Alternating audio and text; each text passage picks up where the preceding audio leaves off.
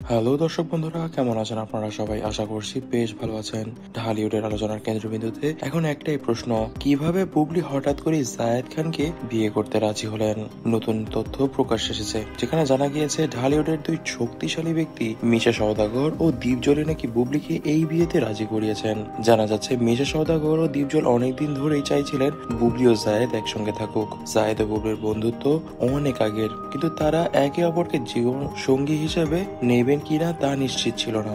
মিশা ও দীপজল নাকি বারবার বুবলিকে বলছিল, জাহেদ অনেক ভালো মানুষ, ও তোমাকে অনেক ভালোবাসে, তোমার ভবিষ্যৎ ওর সঙ্গে সব থেকে ভালো হবে। আর এমনিতেও তুমি এখন বিয়ের পরিপক্ক বয়সে আছো, ওকে বিয়ে করলে তুমি ঠকবে না। এমনকি তারা দুজন একসঙ্গে বসে বুবলিকে বোঝানোর অনেক চেষ্টা করেছে অনেক সময়, যে জাহেদের মতন মানুষ সহজে পাওয়া যাবে না, তুমি এখনই বিয়ে করে নাও, এতে করে তোমার সংসারও হয়ে উঠবে এবং তোমার বাচ্চার ভবিষ্যৎও সেফ হয়ে যাবে।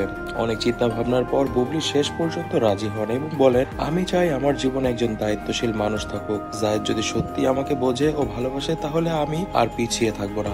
এই খবর সামনে আসতেই সোশ্যাল মিডিয়ায় নানা প্রতিক্রিয়া দেখা যাচ্ছে। কেউ বলছেন মিশা দীপজলের কথা ফেললে কি চলে, এজন্যই তো বুবলি মেনে গিয়েছে জায়েদকে বিয়ে করতে। তবে জানা যাচ্ছে দীপজল ও মিশা সওদাগর সত্যি অনেক পরিমাণে খেটেছে এই বিষয়ে। এমনকি জায়েদের সঙ্গে বুবলির বিয়ে দিতে দীপজল নিজেই বুবলির বাসায় অনেকবার গিয়েছে। এমনকি মিশা সওদাগরও বুবলির মায়ের সঙ্গে অনেকবার কথা বলেছে এই বিয়ের বিষয়, এবং এখন তা কিন্তু আমরা দেখতেই পাচ্ছি যে তাদের এত কষ্টের ফল কিন্তু সাফল্যের দিকে। কারণ মিশা সওদাগর এবং দীপজলের কথার পরপরই কিন্তু দেখতে পাচ্ছি শবনম বুবলি জায়েদ খানকে বিয়ে করবেন। তবে দর্শক বন্ধুরা, এই বিষয়ে শাকিব খান কিন্তু একদমই খুশি নন। শাকিব খান কিন্তু মনে মনে অনেক বেশি পরিমাণে রাগ করে আছেন, এমনকি ফুঁসে আছেন বুবলির প্রতি। তবে দর্শক বন্ধুরা, এই বিষয়ে আপনারা কি মনে করছেন তা কিন্তু অবশ্যই আমাদেরকে কমেন্ট বক্সে কমেন্ট করে জানাবেন। আজ এই পর্যন্ত। এই ভিডিওটি ভালো লেগে থাকলে ভিডিওটিতে লাইক করে দিবেন, বেশি বেশি করে শেয়ার করে দিবেন এবং আমাদের চ্যানেলটিকে সাবস্ক্রাইব করতে ভুলবেন না।